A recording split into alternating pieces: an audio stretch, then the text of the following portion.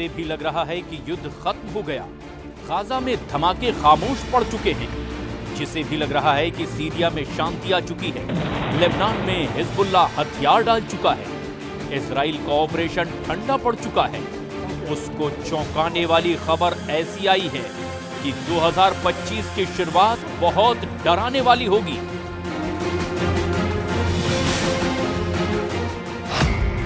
2022 की युद्ध, 2023 की जंग और 2024 के युद्ध से बढ़कर इस साल अब महायुद्ध का पहला सिग्नल मिल चुका है।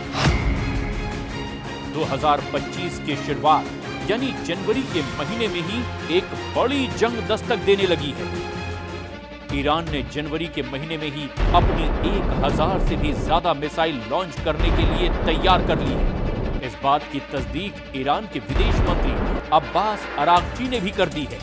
अब्बास अरागची ने चीन के मीडिया को एक धमाकेदार इंटरव्यू दिया है। अरागची ने इस इंटरव्यू में जो बोला वो इजराइल की मीडिया में गोला बनकर गिरा है।